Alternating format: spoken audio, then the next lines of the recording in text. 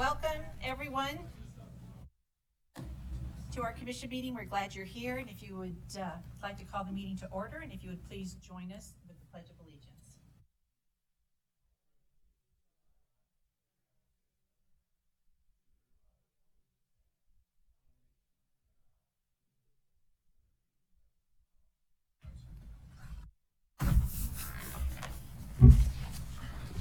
Thank you very much for being here. I'm going to be starting something new as we go forward. And so before we do a formal adoption of our agenda, we have quite an extraordinary team here at ACHD. And not many people know that. We try to recognize all their efforts here in the district, and Director Wong does an amazing job with that. But I want to recognize these individuals each week going forward. My hard task is going to be only having one that I can do, because I'm sure I could fill the agenda. But today, if you would turn your attention to the screen, this is to celebrate the efforts of Nick Noble. He's a lead worker on our vegetation crew.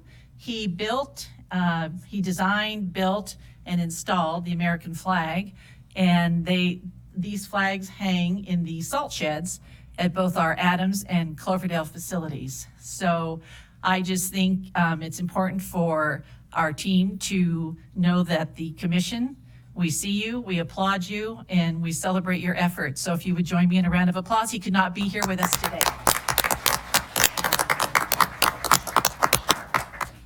Thank you very much. So with that, do we have a motion to accept the agenda? So moved. Second. Discussion? All in favor? Aye. Next to the consent agenda.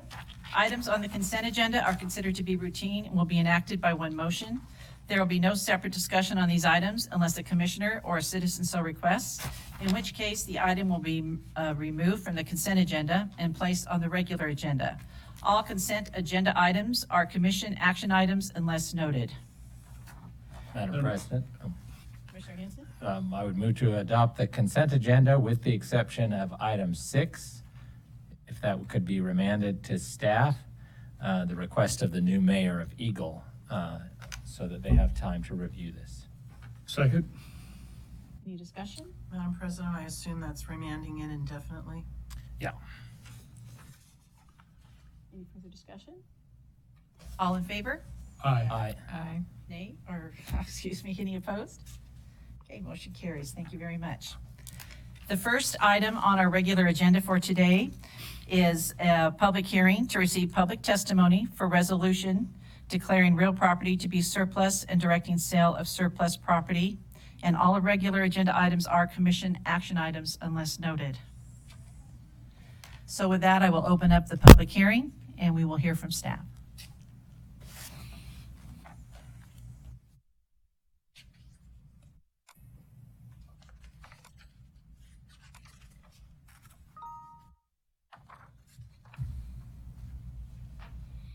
Sorry about that. Okay.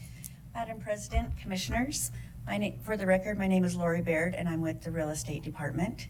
And today was the time, date, and place that was advertised in the Idaho Statesman that we would hold a public hearing. The public hearing is to allow anyone to come forward to testify as why we should not declare the following two properties to be surplus property and sell them. Both of the properties were purchased for projects, and the projects are now complete and the remainders are no longer useful to us. The first one is located here off of State. It's 5020 West State Street. And the second one's here on 4902 West State Street. 5020 West State Street was appraised for $22,000 and 4902 was appraised for $500,000. Before we can move forward to declare property to be surplus property, we're required to hold this public hearing again while allowing anyone to come forward and testify why we shouldn't. If nobody comes forward and testifies today, and then the commission can adopt the resolution declaring them to be surplus property and authorizing the sale. Before we can sell the property, we are first required to give notice to any adjoining property owner and give them first right to purchase. If they choose not to purchase the property, staff would recommend we move forward with a public sale. We would recommend the sale be held by sealed bids. The minimum bid amount would not be less than the appraised value. The highest bidder would be required to pay 10% down the day of the auction and close within 90 days. Staff recommends the commission adopts the resolutions 2302 and 2303, declaring the properties to be surplus and setting the procedures for the sale. Thank you. Are there any questions from the commission?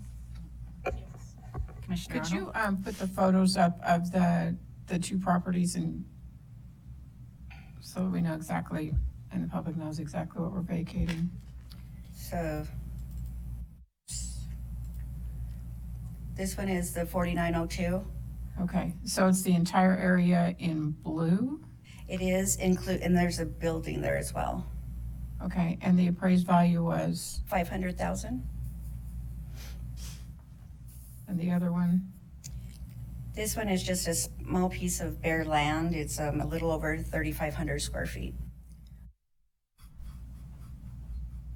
And the appraised value was? 22,000.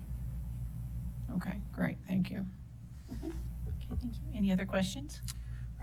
Madam President, I have a couple questions. We were given some information from the director that there's a potential interest of the city of Boise to approve cross-access agreement to the canals. The Boise Valley Canal and the Farmers Union Canal are adjacent to that.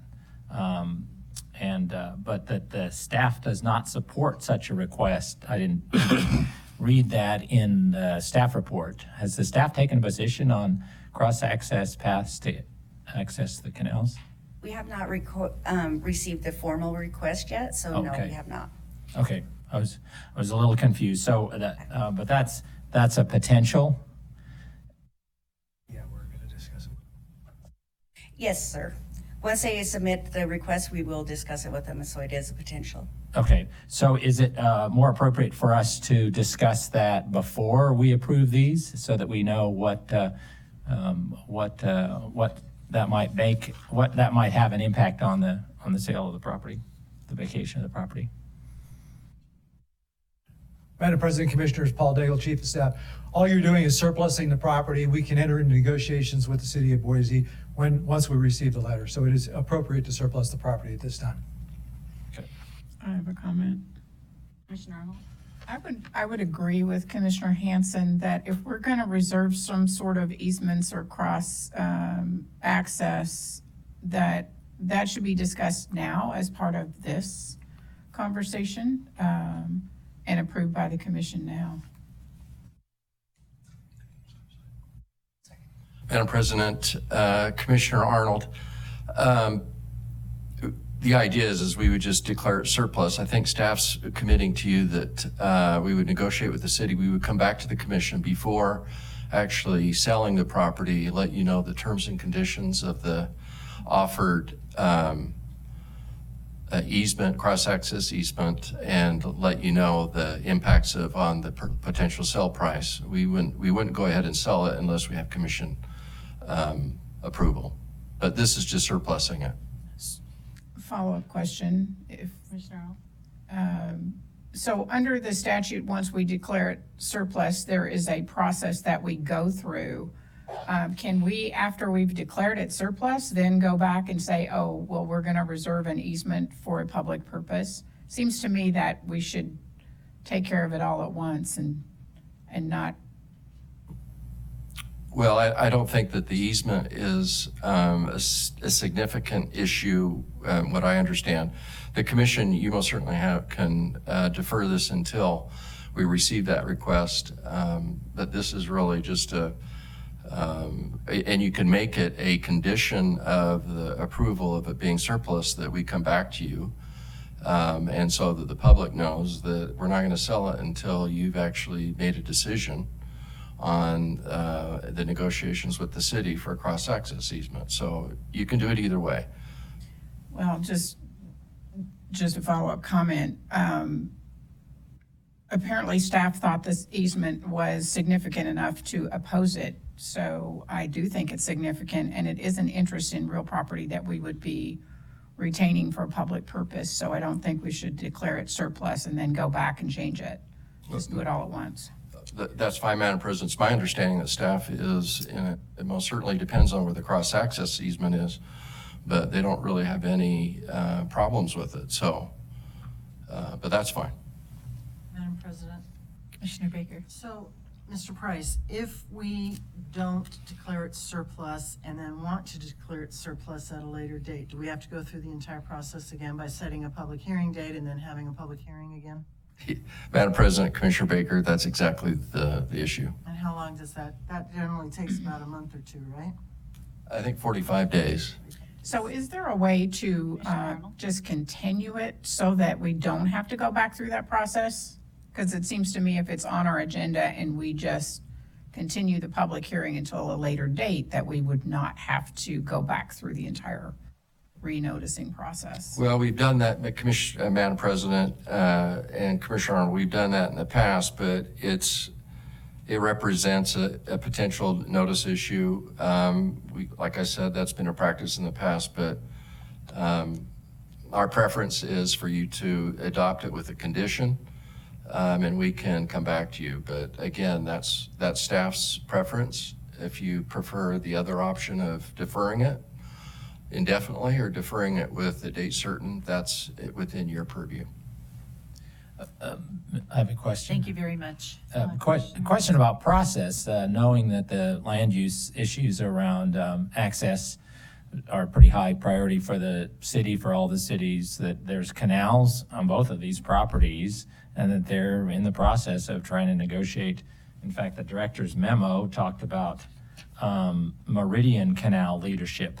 And I'm not sure what that means, or Boise Canal leadership. I assume that he meant the Boise Valley Canal plus the city of Boise, and the Farmers Union Canal plus the city of Boise. I'm a little confused on that. But knowing that, what kind of notice was the city on that this was going to happen at this time, so that we could make sure that all the public interests could be aligned, land use and transportation, because we have no use for it now, so aligning it with other public uses. Presumably, we took it for a public use to start with. Madam President, Commissioner Hanson, I'm not exactly aware that, I don't think we sent specifically notice to the city of Boise, but they became aware by seeing the ad. They approached us prior to this public hearing with the request for a cross-access easement as well as a pathway easement. The issue with Farmers Union is not a small issue, I'm sure. and it could delay that issue. That isn't anything that's within ACHD's responsibility. But in terms of cross-access easement, that's something that we can look at and see the potential impact of where it's located and on the value of the property. We would come back to the commission and most certainly disclose those issues. Madam President. One more. Thank you, Commissioner Baker. Mr. Price, as our legal counsel, what would be the easiest and quickest and cleanest process in this? Madam President, Commissioner Baker, the cleanest would be for you to adopt it with a condition to come back. It avoids staff having to re-notice it. We eliminate the risks of anybody challenging the deferral. You're going to achieve the same thing by doing that. So it's sixes, but it's easier for staff if you adopt it and declare it surplus with a condition that we come back to the commission and address those issues separately. Thank you. Okay, That thank you. sounds reasonable. One more. Commissioner Arnold. Thank you. Could we have staff put the photos back up and point out where the canal is so that those in the audience have some idea what we're talking about with the access to the canal? The canal is right here, behind 5020. And right here, Okay. behind. So there's been discussion apparently about trying to have some sort of pathways for bicyclists or pedestrians for an alternative transportation.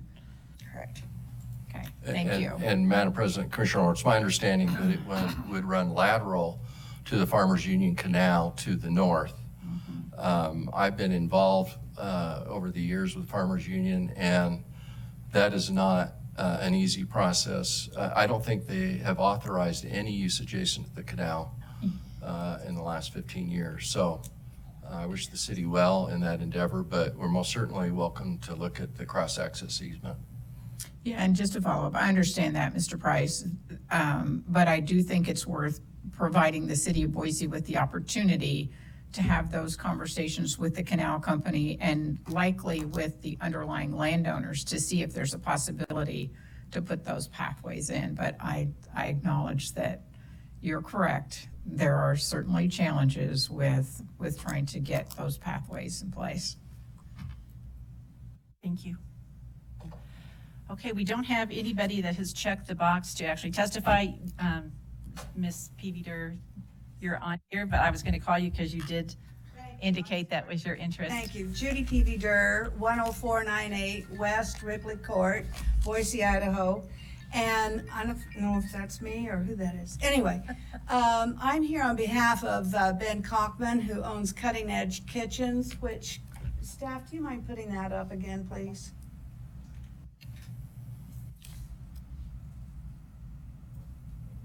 Oh, sorry. That piece right there, where the arrow is his property. And he began his operation about 3 years ago, approached ACHD and staff at that time and asked if that property were available, the adjacent property you're discussing today. And he was told at that time, we're needing it for construction. As soon as the project's done, we'll put it up for surplus. So Ben went forward and bought what you may remember was a dilapidated, really bad-looking, blighted property. And he has fixed it up, put a lot of improvements in it, and established his business and gallery showroom there. And so his whole effort was to bring trucks and things in to bring his granite and other big stoneworks that he needs for that surplus property. And he's been planning on that for this time.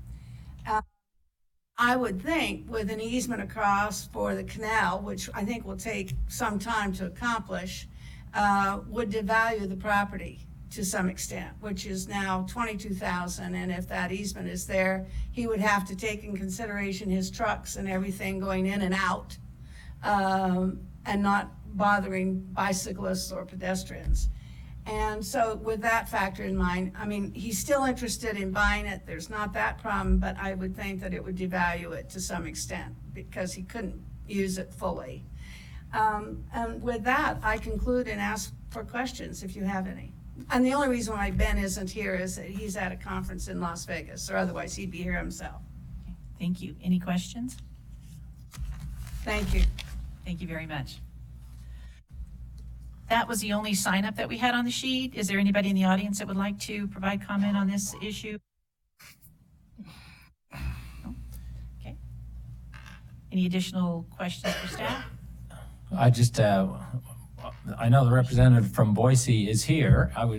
Because the whole issue of safe pathways, which actually the whole approach by the city to pursue these, both Meridian and Boise, is because the cost of building safe pathways on roadways is high, and often you can negotiate and get a safer pathway. It takes some negotiation depending on the canal company. So I just want to have a sense from the city of Boise about if there's a preference. I know they have a new mayor, just like Eagle has a new mayor, and we deferred the previous item on the consent agenda at the request of the mayor of Eagle, whether it would make more sense to allow Boise to weigh in on where they are on this so that we could make that determination. I think she's accepting your invitation. Welcome. Please state your name and address, please. Thank you, Madam President. Karen Gallagher, City of Boise, 150 North Capitol. Just taking one step back, when ACHD does projects within Boise and we end up with remnant or surplus properties, we are interested in working with the district. Some of them are of such configuration in the end that if we could be involved in the process and be notified ahead of time, that we can give a little better information on what's developable, what the setbacks are. And in that process, so we've talked about it with your team on Cole Road south of Franklin already, that there's some properties there that we think that more information would be a good thing. One of the main goals in that is to look at the access when parcels are changed in size. In this case, we did look at the agenda posting, saw these properties, have started some conversations, have not had a chance to get a formal letter to you yet. The city is interested in working with ACHD to consolidate driveways. That can be done through an ACHD project through the city's development review, and it appears that this would be another opportunity that we could at least set up cross-access so that when they are developed, that we can consolidate those. And on our arterials and on mobility arterials such as this, for those safety gains that we would make, consolidating access would be in everyone. It seems like that's in all of our interests. So that would be primary. And then secondary is we are looking at having some micro connections on the pathways along canals or outside of their right-of-way. In this case, both had canals, and it's something that we would like to explore. We don't know the details on that yet. Like I said, this just came up, and it's an opportunity. So whatever process would allow us to have that conversation with ACHD and then allow you to make a determination would be wonderful, and we would welcome that. Any questions? Well, I just had a question in the memo the director gave us yesterday, said that the possible future access to the canal pathways might be similar to Meridian, but then he said that Boise Canal leadership does not share the same vision as the Meridian Canal leadership. So are we talking about two different visions to the way in which the cities are looking towards integrating, potentially integrating negotiations with canals for pathways? Are you familiar with that? Madam President, Meridian, no, I think the vision is the same, is to Oh. allow pedestrians and bicyclists to have that opportunity to travel outside of the street right-of-ways to make connections. So I think the vision's the same. Meridian's probably a little further ahead of us on some of their planning. And we are furthering our conversations with the canal companies, and there's several to have that conversation with. Good. Thank you. And I assume the cost afterwards, when they're privately owned, the cost of trying to get that access is very high. If the city's attempting to try and get that access, that there's a lot more opportunity at this stage than there is to try and get. Madam President, definitely an opportunity now rather than working with a property owner. So that while the cost, it may impact the assessment of the property, the cost to taxpayers, although they would not be taxpayers to ACHD, they'd be taxpayers of the city, the same taxpayers, may actually be higher. Thank you. Thank you very much. So if we were to move this item forward, there is then the opportunity and for everybody to come back, and then we have the discussion before moving forward. So we would have to have approval. So today, if the commission so decides, this just merely moves it ahead as surplus property. So, Madam President, Commissioner Baker. I'm going to go ahead and make a motion, and then I'd like to speak to it if it gets a second. I don't think she's closed the public hearing Oh, yet. sorry. That's quite all right. Let's make sure there's no one else that would like to comment. Okay, now we'll go ahead and close the public hearing. Thank you. Commissioner Baker? So I would move adoption of Resolution 2302 declaring real property located at 5020 West State Street to be surplus property. And that we condition it with the condition that staff comes back to the commission before sale after having conversations with the city of Boise. I'll Is there a second that. second?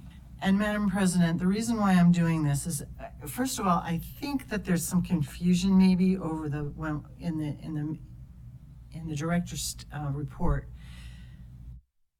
Boise Canal, Meridian Canal, I think he was referring to the Nampa Meridian Irrigation District. And they are not really ever in favor of having access along canals.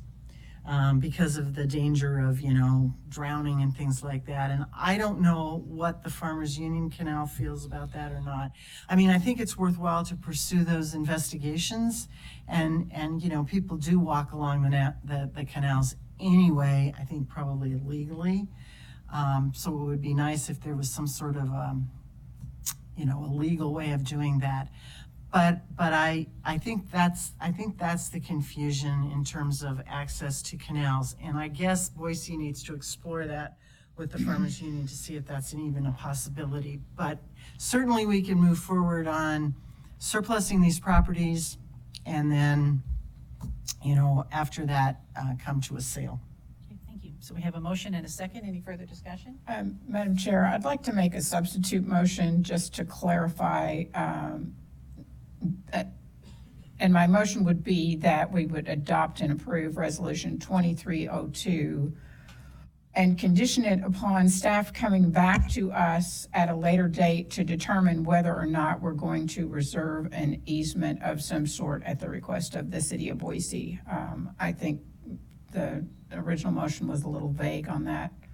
I'll second the motion. So we have a substitute motion and a second. Any further discussion? Yes, I think we do need more clarity. I think it's unfortunate this is before us prior to having had conversations. I think it's totally foreseeable that this issue would come up whenever we surplus or have property near canals. This is a land use issue. This is an access issue. This is very much within the city's purview. And it's unclear because the director said the staff does not support such a request, but actually the staff hasn't received a request yet. So it's just not clear. So I think we should be much more specific that the staff should come back to us with clear direction after having negotiations with the city of Boise on reserving it. Understanding that we're not up here to produce short-term gains for the ACHD if it creates long-term costs for the taxpayers of Boise, just because we're eager to surplus this early. So, and I'd also like to just say, let this be a lesson. All future such vacations, we should engage the cities where they're located about potential public access. I think that's the issue before the city of Eagle, and the very reason why we pulled that one item 6 off the agenda, because the city of Eagle wants to evaluate the public uses that are totally within its purview. So I think we need to be much more engaged prior to bringing it up before the commission as to the public uses that the city might need. All right, thank you. So we have a substitute motion before the commission. Further discussion? Any further discussion? Yes. Commissioner Arnold? Thank you. I do think it's important that we put this condition on there. This is a public asset, I can't talk today. And if there is an alternative transportation use, then I think it is certainly worth exploring that fully with the city of Boise, even though there may be hurdles to overcome to support that vision. But it is a public asset, and there's no emergency here for declaring this surplus. So my preference would have been to wait, but since our legal counsel says conditioning it serves a better purpose, then I'm willing to go along with that. Okay, thank you very much. All in favor? Aye. Aye. Any opposed? And I want to thank Commissioner Arnold for clarifying the motion. I think that makes it so much better. And so I would ask her then to make the motion on number 2 in the same way. Thank you. First motion carries. Commissioner Arnold, back to you. And Commissioner Baker, I'd be happy to do that. I would make the motion that we approve and adopt Resolution 2303, declaring that property surplus, with the condition that staff come back to us at a later date for the possibility of reserving some sort of cross-access easement after discussions with the city of Boise to determine if there is a possibility for an alternative transportation use. Second. We have a motion, a second. Any further discussion? All in favor? Aye. Opposed? Motion carries. Thank you very much. Thank you. Okay. Thank you, Ms. Baird. Now that moves us into our next item on our agenda, which is public communications. And we have a gentleman that has signed up to speak to us, Mr. Sloan. If you'd like to come up and state your name and address, please. Madam President, Commissioners, my name is Edward Sloan. I live at 4243 North Brookside Lane out of Eagle. And I lived in Eagle last 35 years. And we've been waiting for the Three Cities River crossing to go in. And every time I come down to Highway 55 and State Street, I want to drive straight ahead over to Tyndon. And but I have to go around to Eagle Road or Glenwood to get there.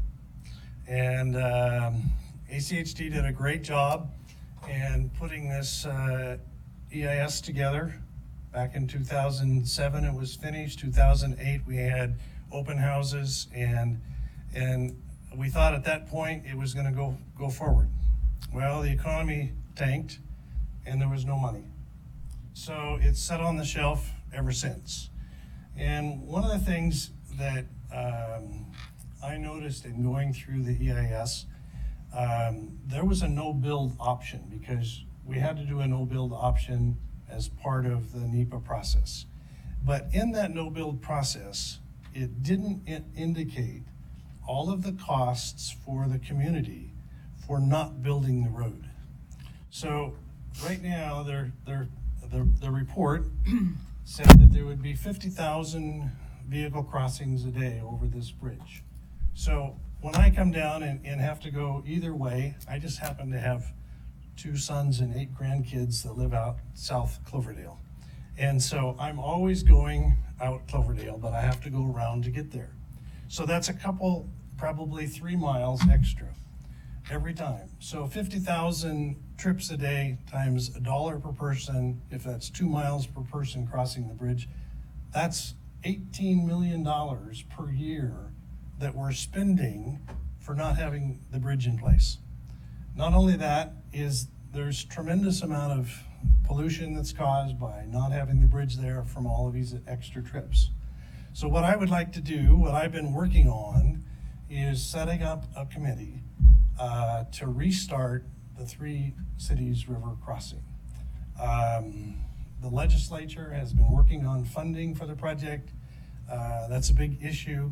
When I talked to Joe Tate, your staff member that was project manager, he thought that it was now should be an ITD project because it's connecting 2 state highways together, and that's fine. But we need your background and leadership to get this project moving again. It's a critical project for the valley. From your report, if I could read 2 sentences here, page 7-8 of the EIS says, by 2035, a new river crossing would decrease traffic on Glenwood Street and Eagle Road by 17 to 25%.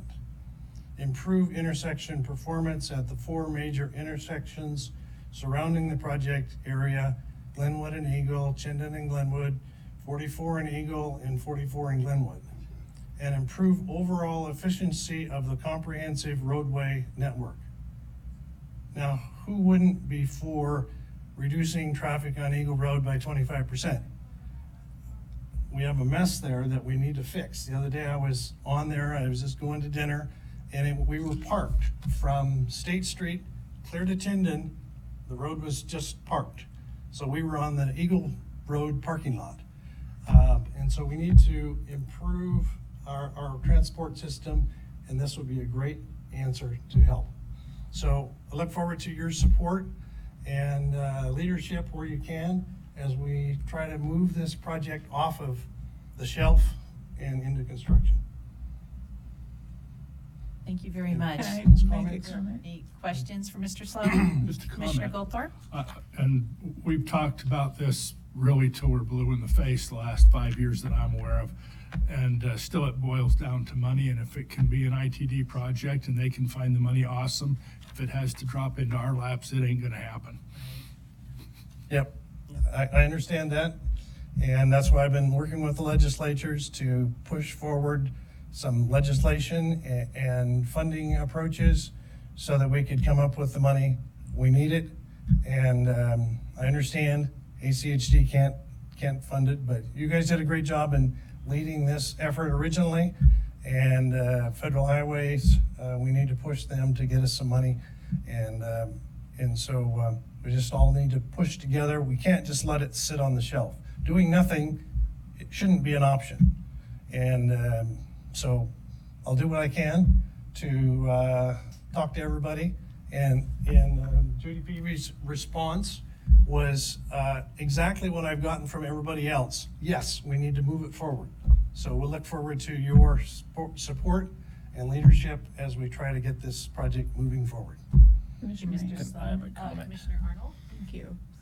That's fine. Thank you for bringing this up, Mr. Sloan. I was here back in the day when that process went on, and it was always the discussion that it should be an ITD project because it connects two state highways. But ACHD took the lead in trying to move it forward. I believed then, and I still believe, that it's a very important project.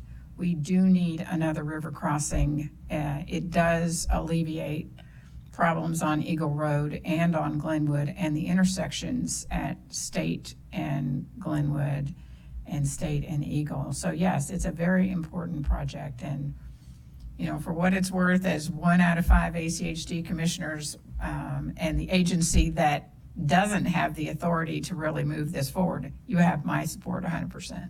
Great, thank you. Commissioner Hanson? Thanks for bringing this forward. Of course, we already know from road engineers that Eagle Road's a parking lot, and building this at multi-million dollars, tens of millions, will create another parking lot across the river unless it's integrated into high-capacity transit. State Street is designated as a high-capacity transit corridor, and so the only way, I think, to really truly fund this and make it work is to integrate it with transit and a local option tool that integrates transit across the river at that point. And in fact, it then opens up not just FHWA support, but FTA support. Unfortunately, ITD doesn't look at transit, and it should. So maybe you are in a perfect position to say, to make this work for all modes and to get sources for local and state monies to match federal monies, is to fully integrate this transportation corridor. We now have the wisdom and the hindsight of the past years. We have the plans. Let's make this work so that we can bring all vehicles across the river. And then it's not simply building another bridge that then gets filled with cars that doesn't work for all other modes. So I look forward to your leadership on this, and I'll support you. Very It's good, integrated. Thank you, thank you. Anyone else? No, thank you. Mr. Sloan, thank One you. additional thought is with the state buying the HP campus, that is going to put significant additional traffic into this area. There's additional buildings that they're looking at putting there in addition to moving as many staff as they can to the existing buildings. And so the HP campus state facility is going to be a huge additional traffic adder to that area, and potentially some funding sources there, because they need to help the local area with all the traffic that they're going to be putting onto the roads. And so maybe that's another funding source that we can get to. Thank you. Appreciate you coming down today. Is there anyone else that would like to address the commission? A couple people have signed up about the BSU master plan, but I assume you are here for the work session? All right, and that will be taking place out here, so you can keep your seats. We won't be going into the back. So with that, any further comment? We will be taking a 5-minute break before we commence with the post-commission meeting. So we stand adjourned. Thank you.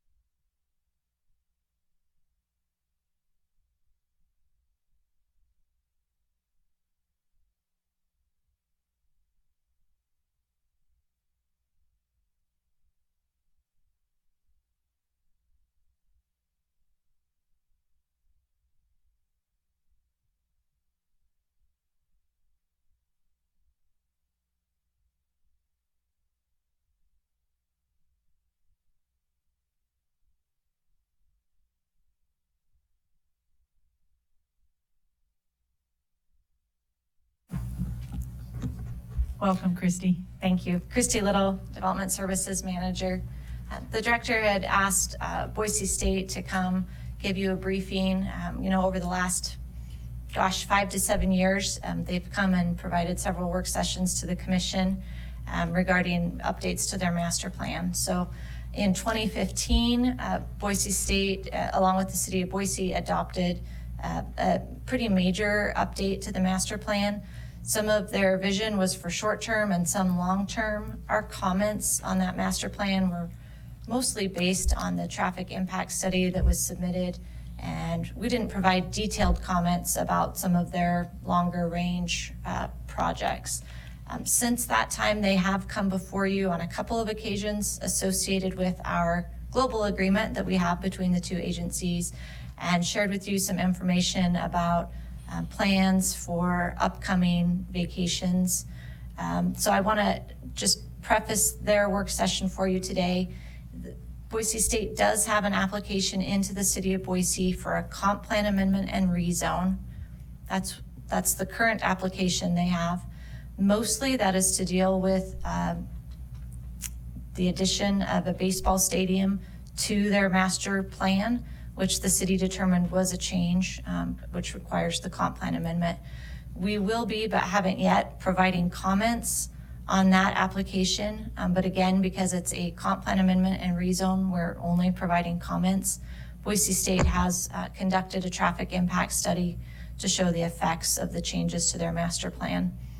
That goes before the Planning and Zoning Commission in February. If the city approves the comp plan amendment, then subsequent to that would be a conditional use permit for the baseball stadium. BSU also has submitted to ACHD a vacation application for street and alley vacations in the area of the baseball stadium. These are the same streets and alleys that they have previously presented in a work session setting to the commission. Next week's consent agenda has acceptance of that application and setting a public hearing date for the night meeting in February. So that's where we are with applications and actions in front of us. So I would invite Boise State to come forward, and Drew is prepared to present some information, and then we've made sure we had adequate time for dialogue and questions. Thank you very much. Welcome. Thank you.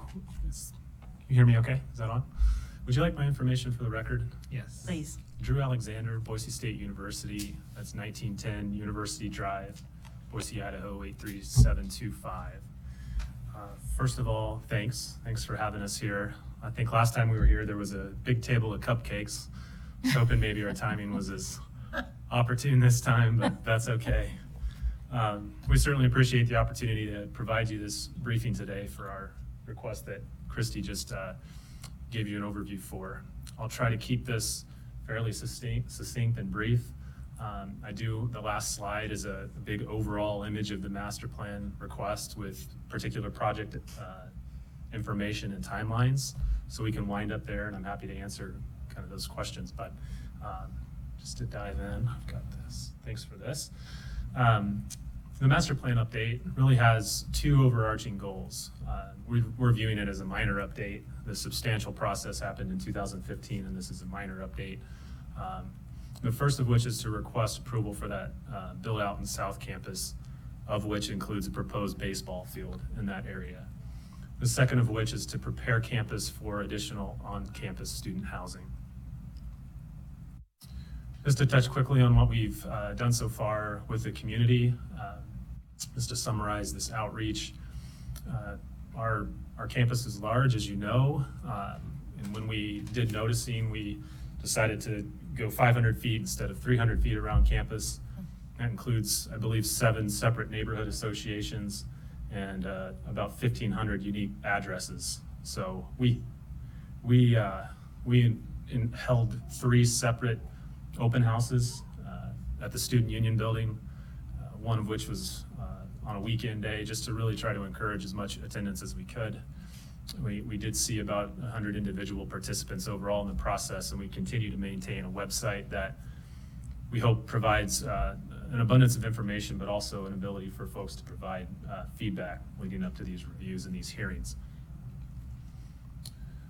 This is the request as we've submitted to the city. It's not what you may have seen previously or at some point in 2015 where there was proposed projects out to Boise Avenue. We've decided to keep it focused on really where campus is already established, but provide that longer term vision for that area with near term, long term projects. What I would like to do is start shifting attention to where we have done a lot of work with the highway district over the past few years. And the first area is in what we commonly refer to as South Campus. And that's what I just circled here on the screen. That area is bound by Lincoln Avenue on the west, Denver Avenue on the east, University Drive on the north, and Beacon Street to the south. This image shows you, again, what we've submitted to the city of Boise, including that change that triggered the need to do the comprehensive plan amendment, which is the baseball field project itself. To help do a before and after of sorts, this is what we had envisioned at the time in 2015. What you see in that area is an Olympic sports venue, a parking facility, and I believe an additional academic building. That now has shifted into this iteration in 2019, where primarily the underlying use is still parking and athletics, but the changes to the street network, as Christy had mentioned, were significant enough for the city to ask us to go through this comprehensive plan amendment. I think possibly one of the more important things that we've looked at and we'll be looking at with you in the future is the circulation plan for this area. This has been gestured throughout numerous Boise State master planning efforts, and in large part this is exactly what we've shown in prior years, notwithstanding the changes that the baseball field would introduce. I think it's worth noting that the master plan and the proposed projects are visionary. When we actually get to that conditional use application, if and when we do that with the city of Boise, this is the area we're focusing on, but the orientation and layout of the field itself might not look specifically like you see on the screen today. Worth noting are the orange and blue routes. That's primarily where you'll see automobile traffic. The blue is a little less emphasized for automobiles. We have a design pattern already in place on Belmont Street that slows the speed limit, widens the sidewalks, and tries to really encourage a mix of modes, but still would allow through traffic, automobile through traffic on those blue streets. The black would be for pedestrian and bike only. We have a number of routes on campus where we've again established a design pattern where we're really emphasizing safe, low stress routes for all the pedestrians and bikes that travel through campus. Do note the east-west route that's north of the field. That's in large part to try to maintain some of that Belmont connectivity that was there prior to a field, but it would be something Greenbelt-esque that would be really comfortable for pedestrians and bikes to still move east and west through the area. And this is what the vacation request that we've submitted entails. The green reflect streets and alleyways that the university has already worked with the highway district to vacate in the past. Anything in orange is included in that application that we've submitted and is scheduled for February. Ultimately, this would enable the university to move forward with some of those design treatments and that circulation plan that I just provided an overview of. Lincoln Avenue, University Drive, Beacon Street, Denver Avenue would all remain public streets. Those are not included in the vacation request before you. Leading up to this, we conducted a lot of work through the traffic impact study and updating the university's campus circulation plan. We worked very closely with ACHD staff along the way, most notably Gary and Christy with Development Services, and I'd like to thank them again for their support in that process.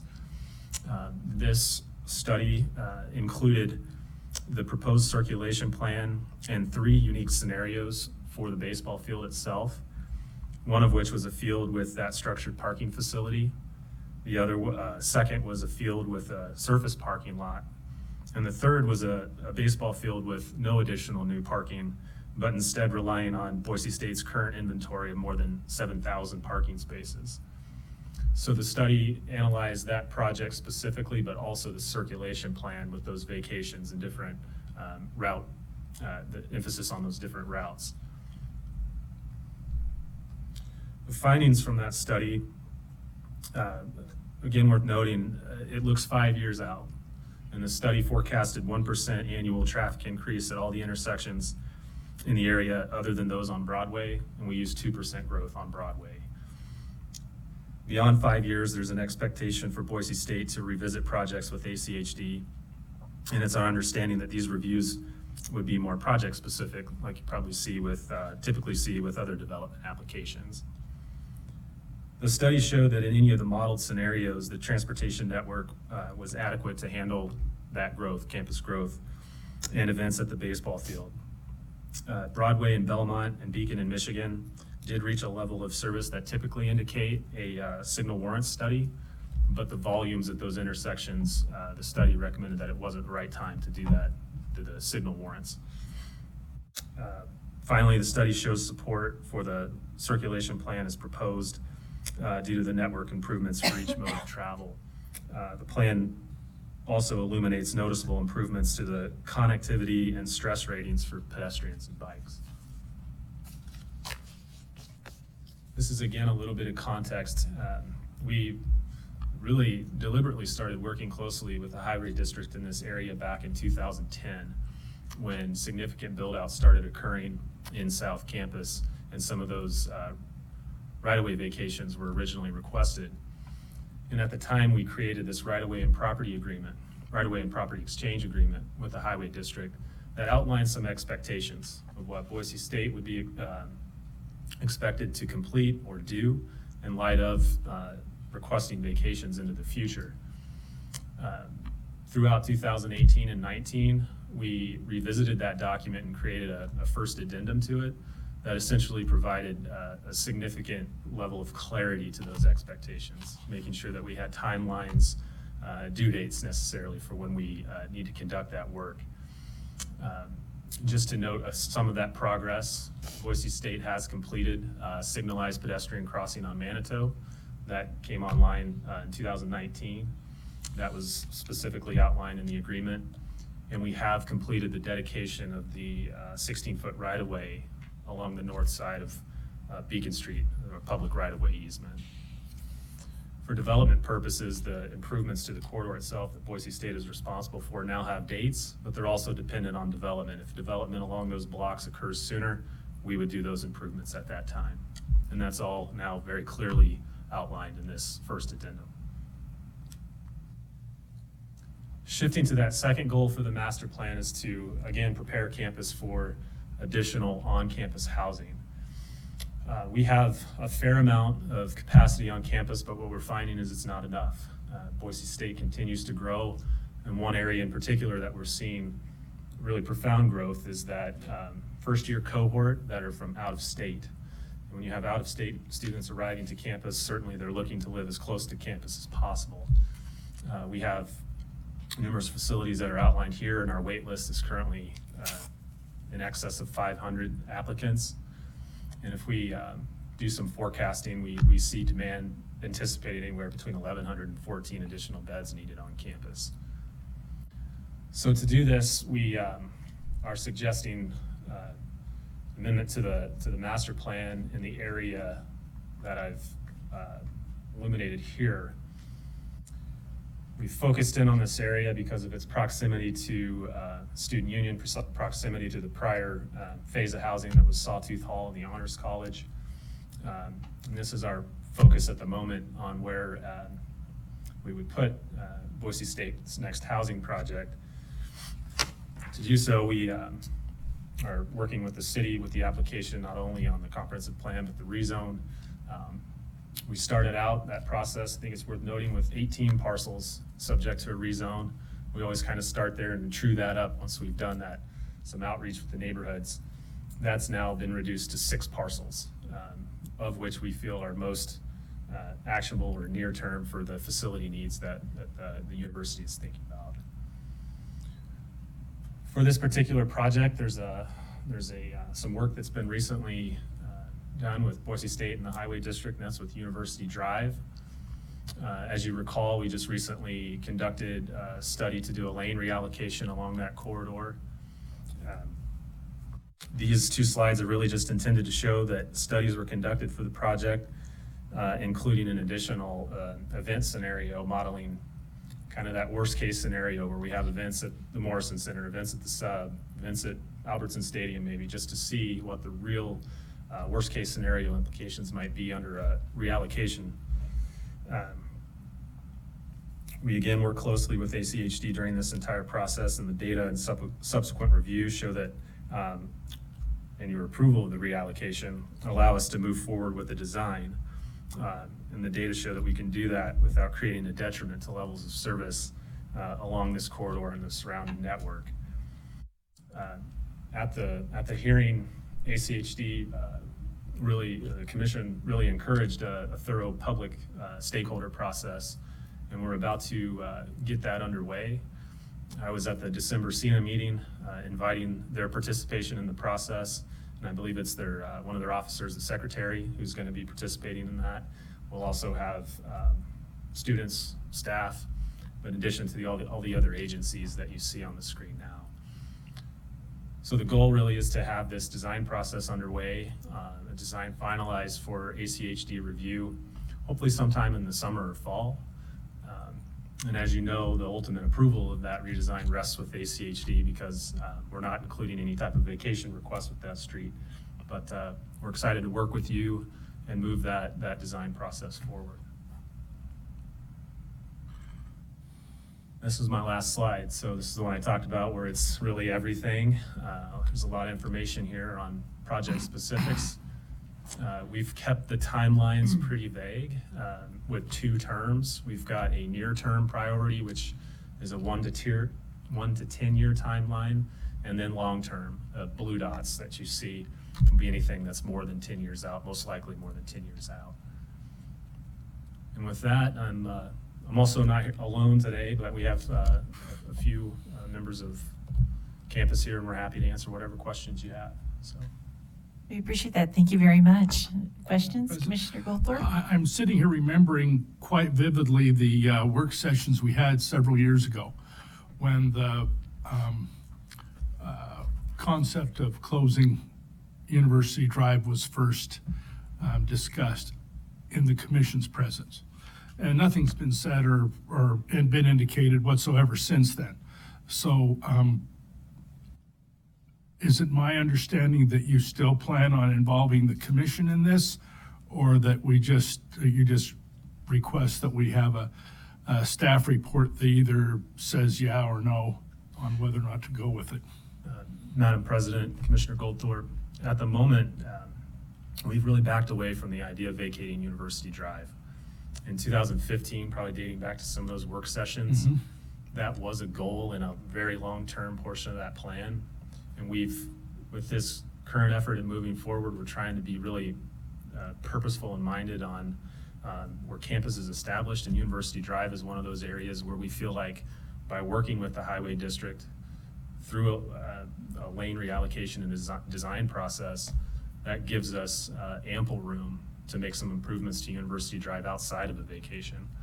So the request before the city and the vacation request with ACHD do not include a vacation of University Drive. We've kind of changed the approach on that. Appreciate that, because I remember that the response from the majority of the commission at the time wasn't real positive. Right, yeah. Thank you for that update. Any further questions? Yeah, I have a Commissioner couple. Hanson? You mentioned that the P&Z hearing is in February. Do you have a date for that? On Yes. the rezone and the comp plan update? Madam President, Commissioner Hanson, it's currently scheduled for February 3rd. All right, good. Do you have any objection to us then considering that after the P&Z hearing, so that we can integrate and review any transportation recommendations the city comes up with along with their other conditions? Madam President, Commissioner Hanson, it's my understanding that the ACHD hearing is scheduled for February 26th. Oh, okay, so we're already coming in I think you may afterwards. already Okay. have a chance to weigh in. And that certainly is my preference. If once the entity that has all the authority, the P and Z and the city can then say, okay, these are the transportation related recommendations, then they can come to us rather than the other way around. We have a tendency sometimes to deal with things before they get to P and Z. Tell me about work with the neighborhood association, because there's really only one there. It's the Southeast, but you said 7? You mean, that's Yeah, like all of East Boise. What, I'm not as familiar. I do have an appointment, so I'm Thank gonna have you. to excuse myself. Did you have a question, Commissioner No, I Arnold? didn't. Okay, No, I didn't, but thank you. happy Thank to you. defer. The neighborhood associations, I know, are very concerned in that area because of the traffic and the cut through and the perception that they're, and you kind of look at this map and it's like, is the historic nature of their neighborhood being preserved, protected? Or is it ultimately going to be sort of like some of those old houses around St. Louis? Yes. They don't exist anymore once that big campus got built out. So it's like the elephant in the room, and I'm sure you'll be asked this at P&Z, but because there's a lot of transportation-related issues, and most of those folks live near downtown and don't have to drive, Right. the fact that they have cars driving through their neighborhoods to get to and around campus is a big issue. Madam President, Commissioner Hanson, yeah, we were a little surprised when we did the mapping exercise and found all 6 or 7 neighborhood associations that are impacted. Once you do that 500-foot boundary from our campus, it includes East End, downtown, Lusk, the Bench, Cena, South Boise Village. So there's a number of neighborhood associations that were invited and have been involved with the outreach. One thing that you said is the cut through. This plan doesn't have a cut through the neighborhood as presented in prior iterations. Again, the focus is really on University Drive, improving University Drive through a design process with the reallocation. You see the stub behind the Sawtooth and Honors College, which works more or less as fire access and a turnaround for building functionality purposes. But we've been active in a number of committees and processes that are currently underway with the city. The city is evaluating the creation of an overlay around campus that I think would help to talk about and hone in on some of the issues that you brought up. Boise State also in November of 2019 invited Cena to participate very deliberately on a process that's akin to what we've done in the past in that South Campus area, to where it was more and more obvious that we needed to work together to define where campus was going to grow and what edges and development would be agreeable, an agreeable future state, essentially. You can pull up the 1997 framework plan, the 2005 plan, and see how that same conversation was had in South Campus. I think we've reached the same crossroads in other areas around campus. And we have invited that process to happen. Maybe we leverage the same committee that the city has formed with this overlay. There's a lot of participants in that process that I think would be beneficial for that. But really, we're eager and willing to kick off a process that I think goes after exactly what you're saying. Well, I know it's very important for a campus, just like a business, to say this is the entry point, this is where you're entering the campus. Because you are virtually surrounding a neighborhood, and to the south of South Campus is another neighborhood, I think it's real important that you also design the auto, pedestrian, bike infrastructure in ways that say this is a neighborhood. And not just sort of leave it up to the neighborhood or city, someone else to do that. This is a neighborhood, so that it's clear you're not just, oh, this is just a cut through to the campus, or eventually this will be wiped out by the campus growth, or whatever the signals say. So I would encourage you to integrate those transportation facilities, and presumably the city will ask on others, so that the transportation, all aspects, because it's very much about multimodal. In particular, I want to focus in on those crossings on Manitou. And you've heard me, Drew, pull out my hair over the slowness of the crossing that was ultimately built at Manitou.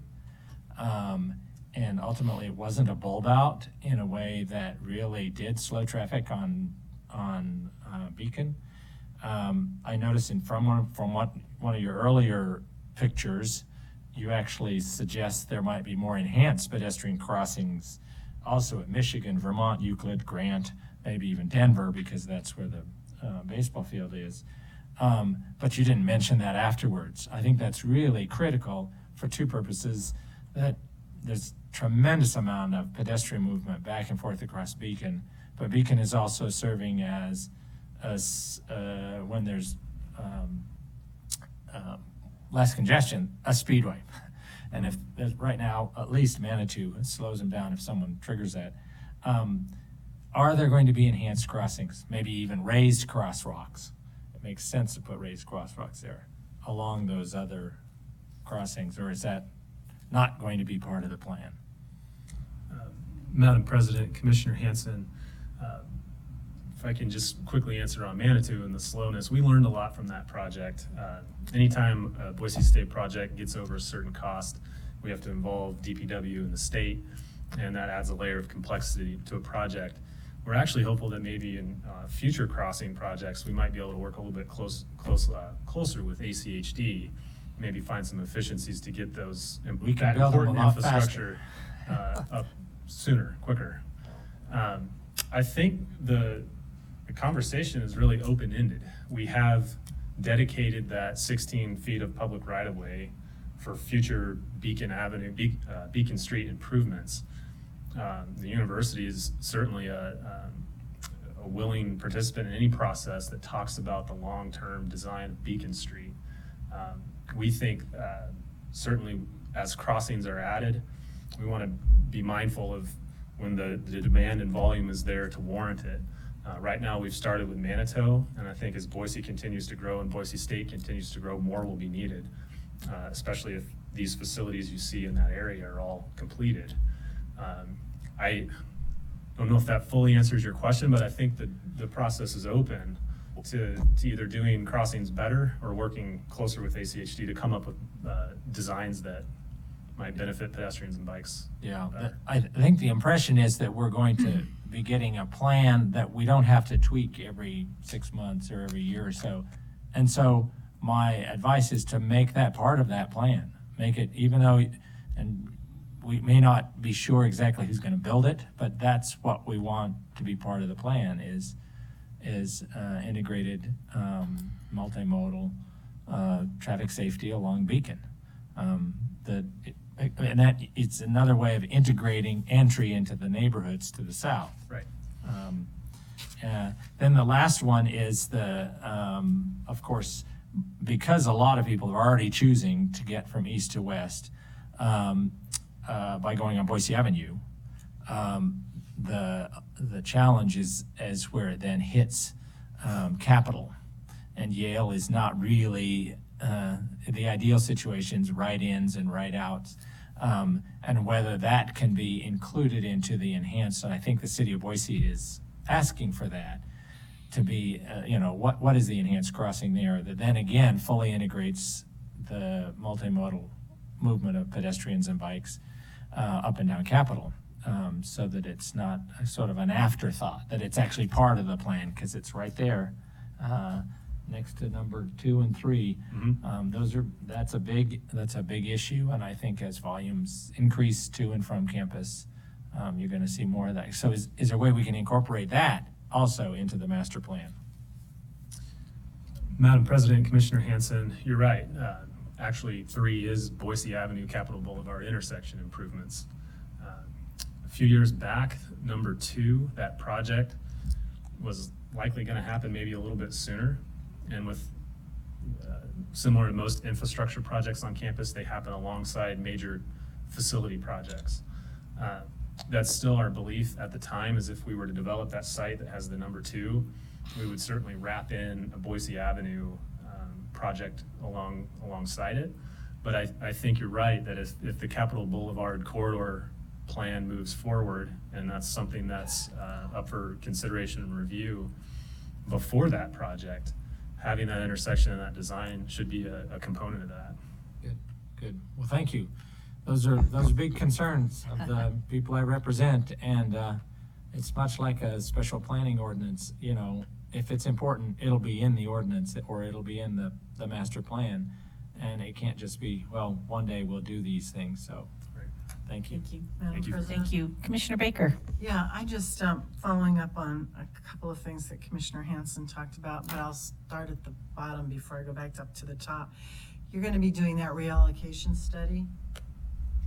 You had a slide that showed it's VRT, ACHD, and then one representative of CENA. I would suggest you add more representatives from the neighborhoods, because they're the ones that are most involved. People on ACHD and VRT, you know, it's all process rather than actually being there on the ground and experiencing it. So I would suggest you broaden your neighborhood inclusion into that. And then you say you've had some meetings with the neighborhoods, and I'm going to get into that with the requirements for the vacation that'll be on our agenda next week. But has anything really changed in the plan with these meetings? I mean, if somebody comes in and says, this might be better than that, has anything really changed in your plan as a result of those meetings? Madam President, Commissioner Baker, I can speak most directly to that with the rezoning request that we have. We started out that process with 18 parcels that the university was interested in rezoning. We have a university zone designation. Mm-hmm. We took 70% of those requests out because of feedback that was provided at these meetings with the neighborhood associations at those public open houses. Because what we were hearing, similar to 2015, is predictability is very valuable. Mm-hmm. We're really trying to focus on sites where we have facilities that are really in that near term, to where things like rezoning would be beneficial for those projects. So yes, I think with rezoning as the example, we really altered our request with the city because of meetings we're having with the community. But the overarching plan, has that changed at all as a result of your neighborhood meetings, or has the plan just changed because of things that BSU wants, like the baseball stadium? Madam President, Commissioner Baker, if we look back at 2015, we had sort of what was called at the time a full build out, which went all the way to Boise Avenue. Mm-hmm. That too was significantly dialed back because of conversations and meetings with the community leading up to public hearings. And with this request, we're trying to stay very close to that, to where we're not growing horizontally in major ways. Mm-hmm. And I think primarily to allow a process like I outlined, where we have invited the neighborhood, CENA, to work together with Boise State and possibly the city and others to help define what that looks like in an agreeable state in the future. I think you can understand the concern of the neighbors that, you know, in the last number of years, Boise State's grown. They've extended their tentacles, and basically, you know, what may have been a single family owned property with the people living there has changed, and it's really concerning to people. And I think hopefully Boise State understands that, you know, you are an urban university. You're not out here in the middle of a green field or even a brown field. It's an urban university, and you have to coexist with not only the people who live around there, but the people who, you know, like use University Boulevard as a way to get, you know, from one side of town to another. And so I'm glad to see that you've changed your focus on university a little bit. When you put up the thing about, you know, if you could go back to it, that shows Tell me where. the circulation. That one there. This one or that one. So it seems to me like you're taking a lot of the focus off of university here, and you're putting a lot of that onto Beacon. Madam President, Commissioner Baker, the routes that are acting as north-south routes currently would still be north-south routes to University or Beacon as well. I think what we've found in the data that we've collected is that about 90% of the trips on University Drive are campus destination trips. And that is probably this similar behavior along Beacon Street. We are envisioning a future state to where Beacon Street would provide efficient access to facilities, whether they're parking facilities or academic facilities in the future. But the goal isn't necessarily to shift all the traffic volume on University down to Beacon Street through this. University Drive and Beacon Street were both included in the study where the levels of service were evaluated, the intersections were evaluated, and in none of those was University Drive vacated. I don't know if that answers your question. Well, yeah, and I can see how that would be concerning to the neighborhood as well, because if you shift off of University off to Beacon, instead of capturing the university trips on University Boulevard, then you're basically shifting it to the south, and that impacts the neighbors to the south.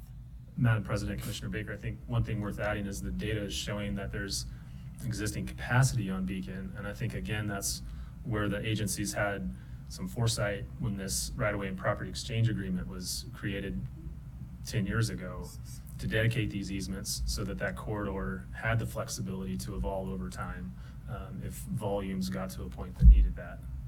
Right, but if you increase the capacity, or you increase the numbers on Beacon, that tends to degrade the livability of those properties south of Beacon that are fairly close to Beacon, rendering them less desirable to live in from a single-family owner-occupied thing. Then they become rentals, and then the whole thing, then it spirals down and becomes, you're going all the way to Broadway, and would be unfortunate. So, the last thing is that, I have your requirements or your application for the vacation and exchange of the public right-of-way that you were talking about during your presentation. And unfortunately, and I've talked with staff about this, but unfortunately, there's a problem as I see it, because it says that the pre-application neighborhood meeting sign-in sheet, which you actually had that meeting on August 21st, I believe. Yes. Let's see, August 21st, yes.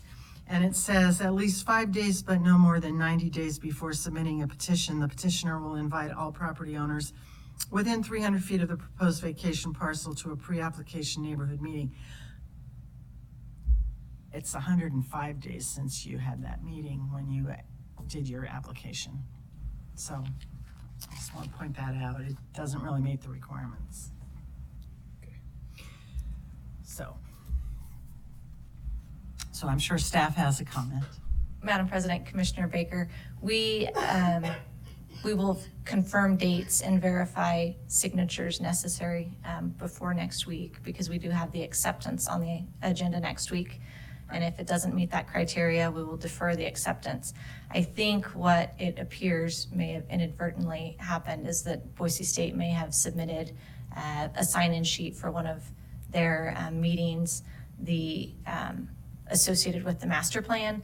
The vacation application meeting signatures are only for properties within 300 feet.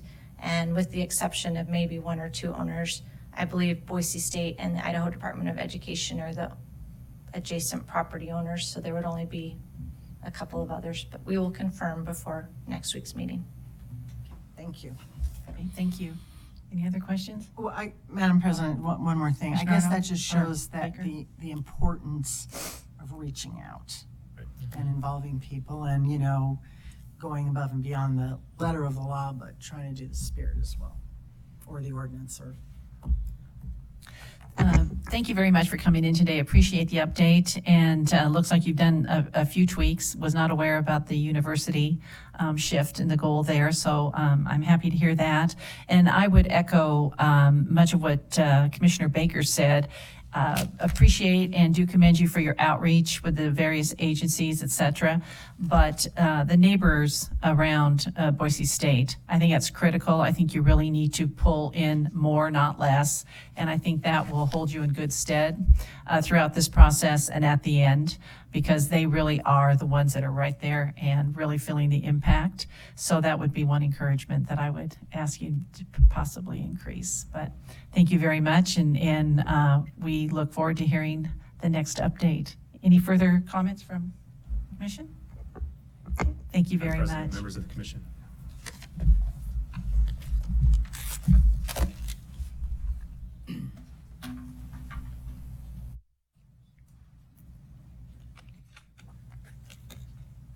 And now we're shifting. Mr. Head, welcome. Thank you, Madam President, Commission. Ryan Head, Planning Supervisor here at ACHD. I know our meeting's running long, and so I will seek to be brief. But I am here and excited to present to you the first of its kind 2020 Integrated 5-Year Work Plan Annual Report. The goal of this report is really to form a kickoff to our annual Integrated 5-Year Work Plan update process. I'll talk to that point here in a few moments as how we're shifting at your request the information forward to begin conversations earlier with you on a number of topics. This report is very focused on the build out of a network for all users. The first part of the report gets into how ACHD serves the different people however they choose to get around. It is also very focused on the public. The language is very focused on how ACHD is serving the public. It's also, the second half of the report gets into the individual neighborhoods. The Commission had great foresight starting back in 2012 to begin adopting neighborhood bike and pedestrian plans. And we've been working on identifying and working through the different neighborhoods over the last 8 years. With this year and next year, we'll be coming to a completion of the initial cycle of that. And we'll talk more about that here in a few moments. The report is an honest look at what ACHD is doing. There will be some who may look at it and have an opinion one way or the other about how much we've invested or not. But it's intended to be an honest look of where we are and what is our plan and where are we trying to go. But also note it's not a cover-to-cover report. I'll show you at the end an overview and an initial look at our interactive version of the annual report that would go along with the hard copy that you saw in your packet. But really it's intended to be something that an individual, when they're interested in a particular topic, could pick up and find the information associated with that. So speaking to our modified approach to the Integrated 5-Year Work Plan update. Historically, we've first met with you all on the budget and Integrated 5-Year Work Plan in May. Here we are in January. We're starting with this annual report to give you an initial baseline of information for you to see what is the state of the district and the network out there. At your request, you asked us to come back earlier with a conversation about the pedestrian gaps, as was discussed, and we will be doing that here in just a few weeks at the beginning of February. And what you see is also a conversation on prioritization and programming, all of those things and our targets, all of those things coming before what would have been our initial kickoff. Getting into the report, I'm just going to highlight a few of the metrics here and then show you that interactive version. I won't spend too much time on this as you have the report in front of you and would be happy to answer any questions about any of the details there. So speaking to one of the key points is building out a network. Here is a summary of a number of the metrics in that report. The first thing I would highlight is the build out of major roads. These are our arterial network as identified in our master street map. Of the total lane miles, we're only about 30% built out of the total lane miles planned in all of Ada County. We have another 6% of that programmed.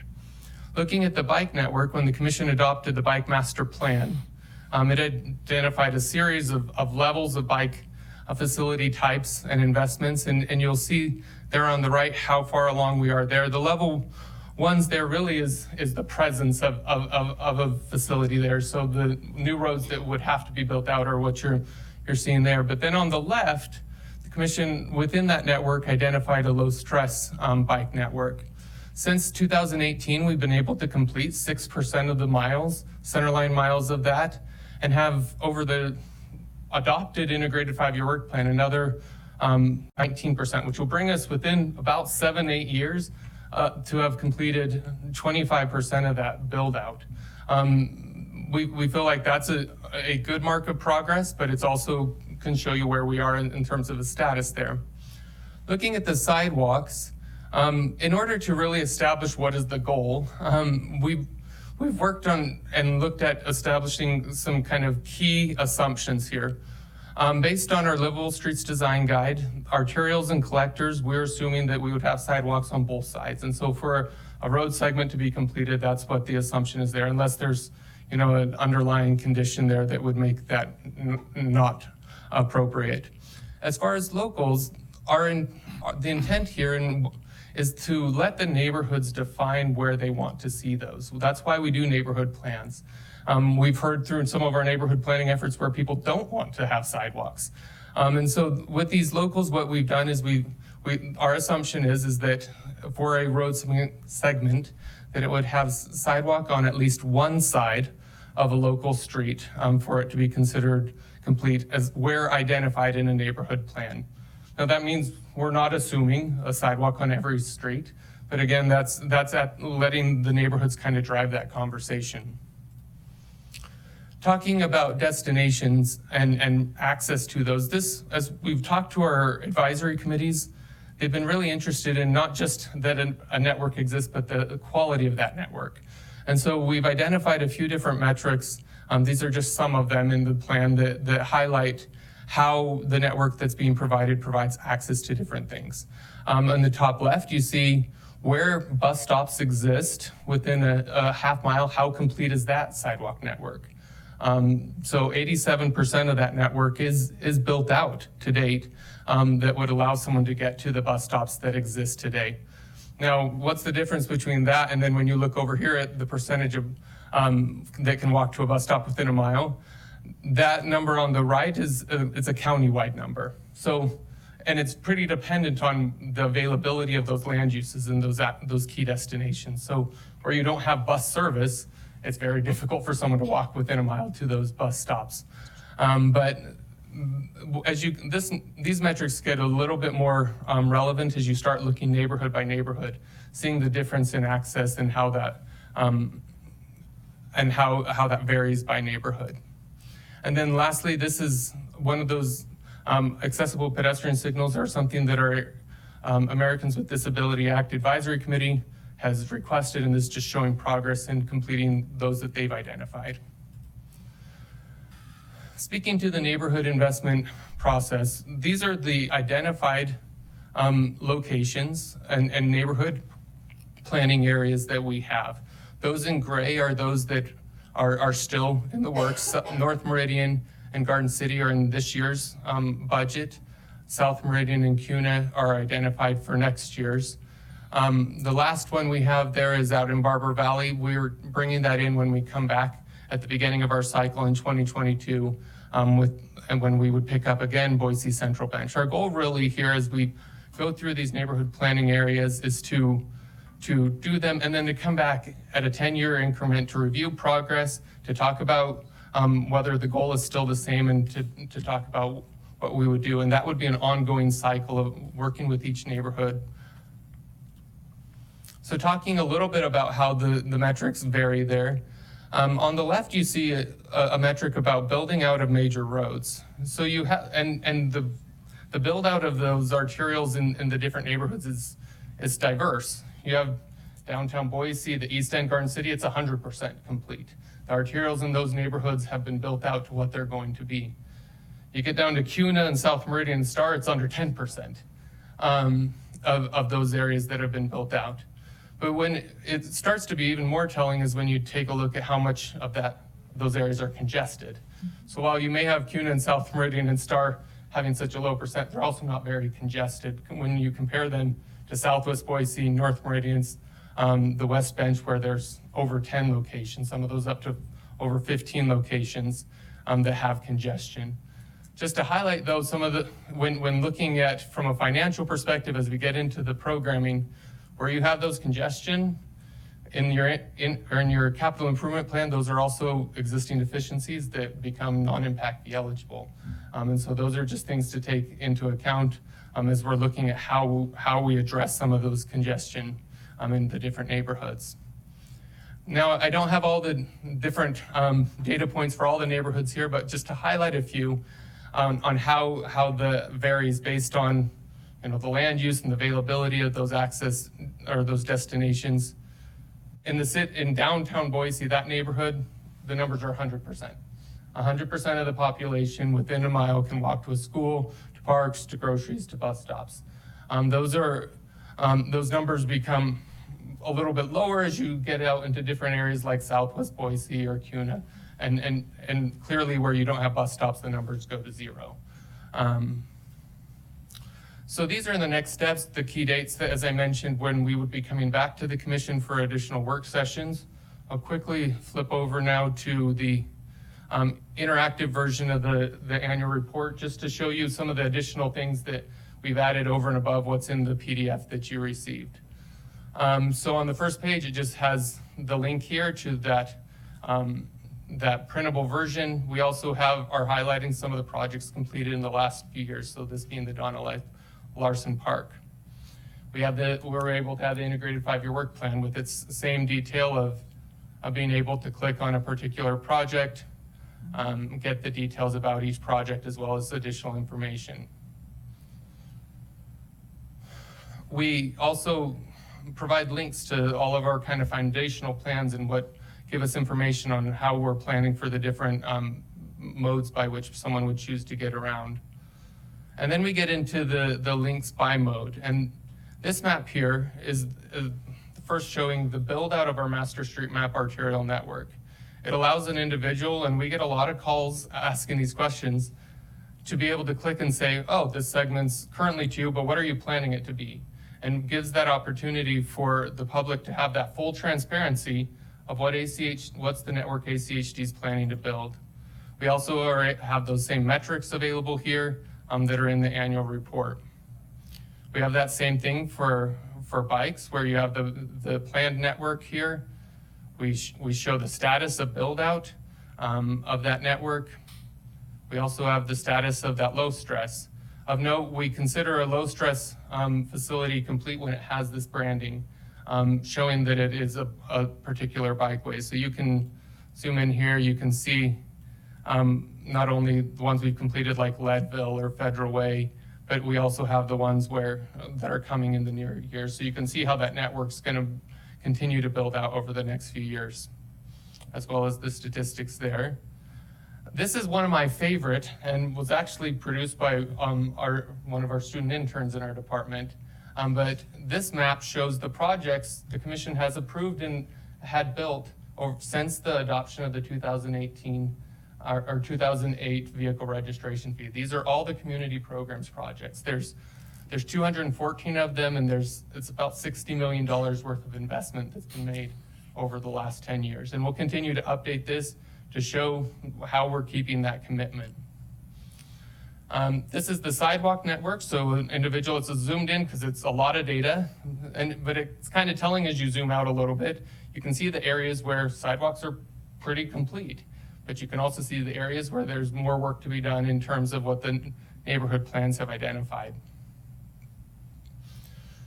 And then lastly, I would just highlight here this key map. The commission gave us some great direction about gaps and what those gaps would be. So we took that direction and reviewed the whole system. We looked at within a mile of those key destinations, so where you think someone may be walking, and did an analysis to see where you have an arterial network that doesn't have sidewalk on one side of that street, a collector that doesn't have it on both sides of the street, or local roads that also doesn't have it on both sides of the street, but traffic's a little bit higher. And we've identified all of those gaps throughout the entire network. And so you can see those areas where those gaps exist and where they meet that criteria. These would be the gaps we would be bringing a conversation to you about next month and talking about how to address these and what's the best way. You can note that a lot of these ones that are blue that are programmed, Some of them are those that were identified and approved by the commission for funds there, but a lot of them are also being attacked and addressed through arterial widening projects as we build the sidewalks with those projects. Lastly, we have some data here regarding our 88 annual accessible facilities. So in our transition plan, we identified over 17,000 ramps and almost 1,600 miles of sidewalk that doesn't have a deficiency identified. The map shows the ones that did. And it shows the progress and where we're making key investments through other projects. These big blobs here are our Safe Sidewalk program, where we're going into a neighborhood and trying to address everything where there are higher priority facilities there. And the metrics there.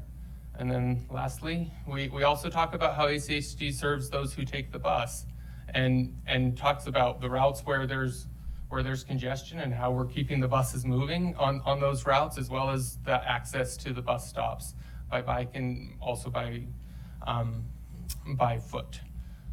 Lastly, you have this ability to see all the neighborhood planning areas. We have all our neighborhood plans linked here, as well as an individual could click on one of these, click this link here, and pull up that cut sheet for each of the neighborhood plan, our neighborhood areas, and the statistics that are associated there.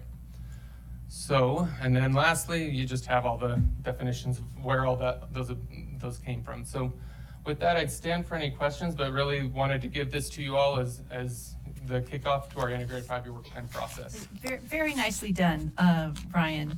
Kudos to you and your team. This is really extraordinary. A lot of information, very user-friendly, allows the user to just go right in and hone in on their area of interest, and a very, very impressive piece of work. Thank you very much. Thank you. Yes, Commissioner Goldthorpe. and Ryan, I'll add on to that.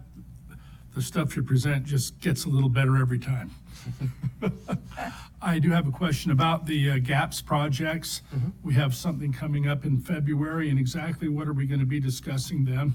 Absolutely. Our goal is, the commission asked for that conversation to start earlier. Yep. We're going to talk to you about what the gaps are, some recommendations we have as staff in terms of how they might be addressed, and then a conversation in terms of if the commission wants to do a process like last year or something based on what we're seeing that could make that even better, how we would address that and how we would gauge public opinion on that. So That's part of the reason why I asked my question, is I think the answer to that question you just asked is going to be a resounding yes.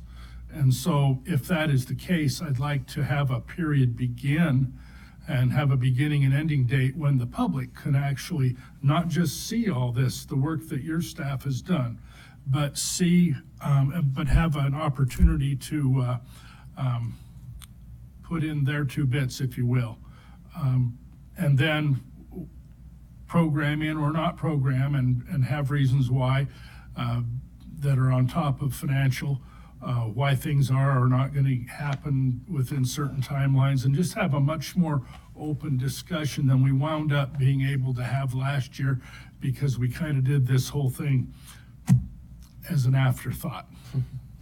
Madam President, Commissioner, the thing that I would highlight is in the timing of selecting next month to talk about this is well in advance of our March open house. So that could be an opportunity if there's desire to bring that discussion to the public to incorporate that into that conversation. Talking about will be in a work session such as this? So we'll talk about it in February, but then in March, we have an open house already scheduled for the budget and integrated 5-year work plan. That could be an opportunity to tie in the public input in anticipation of that and incorporate that. Okay. Good idea. Thank you, Ryan. Any other questions? Yeah, or I just comments? want to follow up. I agree with Commissioner Goldthorpe. I really like this. I appreciate especially the moving towards analysis of real life.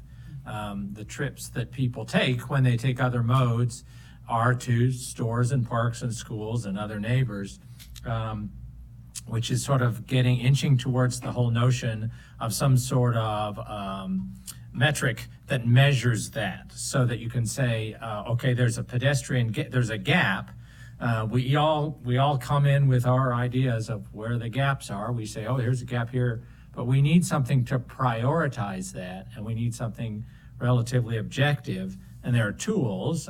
We've rejected the notion of using the highway capacity manual's level of service or level of stress tools for pedestrian and bicycles, but it sounds like we're sort of backdooring it, which is good. I'd like to get it front doored.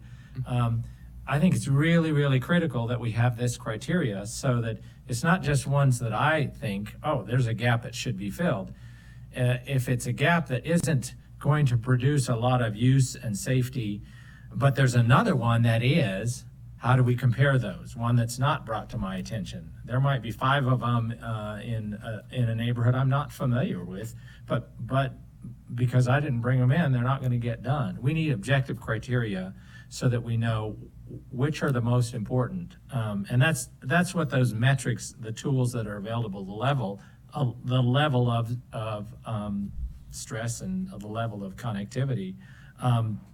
I think we also need to integrate that into then our lane widening, because we are doing the reverse by widening and say, okay, these have to be built out. We already decided to move cars. We have to build out these from 2 lanes to 3, from 3 lanes to 5, and in some places from 5 lanes to 7. But we're in the process then creating crossing gaps. What are we doing if people currently use those as connections so that we don't then create more problems down the road? We simply need to see those now on the front end and say, maybe we don't widen it, or in the way we widen it, we're going to have these much more significant safety features so that we don't literally cut off 2 networks from each other because they can't get across an arterial. But if we don't have metrics to measure that, we're just like, well, look, we've got all these miles of bike lanes and sidewalks, but if they're not connected, they don't get used, and we get the same complaint. Oh, look at all these bike lanes, you're not using them. Well, there's a reason. If a road wasn't connected, it wouldn't be used and people would complain. So I'd really like to see some objective criteria based on the integration of all of these uses. And I know that the main driver at this agency is to build out those lanes, because the deficiency of lanes based on level of service for cars is the principal measurement we use for our capital improvements plan, and that it consumes so much of our resources. But I think if we really want to, we have to integrate that into these tools. We give the impression by reading through this, and somebody read through this, I encourage them to read through this. They said, this is really good. What it looks like is you're treating all modes equally. And he said, well, in reality, we don't. Because we use these other tools in order to determine, and particularly the capital improvements plan, in order to determine where our priority resources are. And just simply miles isn't sufficient. Miles of sidewalk or miles if they're not connected, if they're not safely connected. And so I think figuring out those metrics so that when we get to it, we can say, here's the priority links that we should do.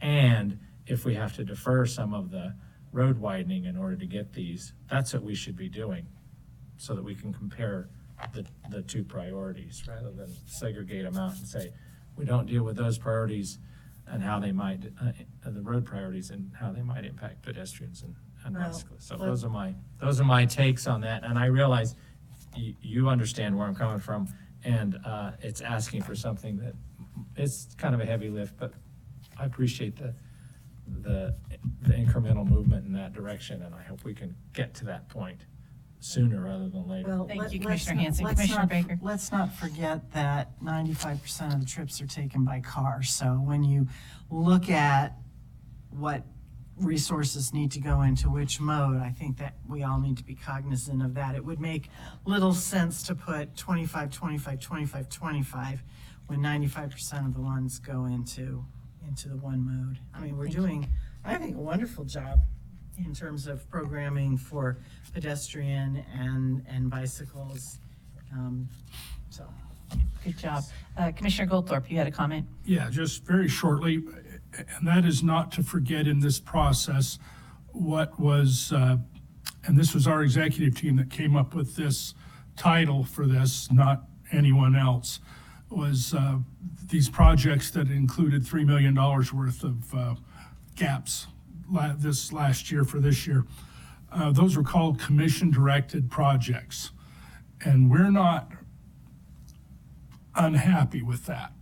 We would like to have that opportunity as the prioritization and identification occurs to make some of those decisions. Not all of them, because as it appears to me, a lot of these are going to be involved in community programs, projects, and safe routes to school and that sort of thing. And what our idea is on top of that. Thank you. If it's necessary. Yep. Right. Any other comments? Brian, thank you very much. Appreciate it. Okay, with that, we will adjourn, and thank you, everybody, for staying with us till almost 2 o'clock. A lot of good information. We are adjourned.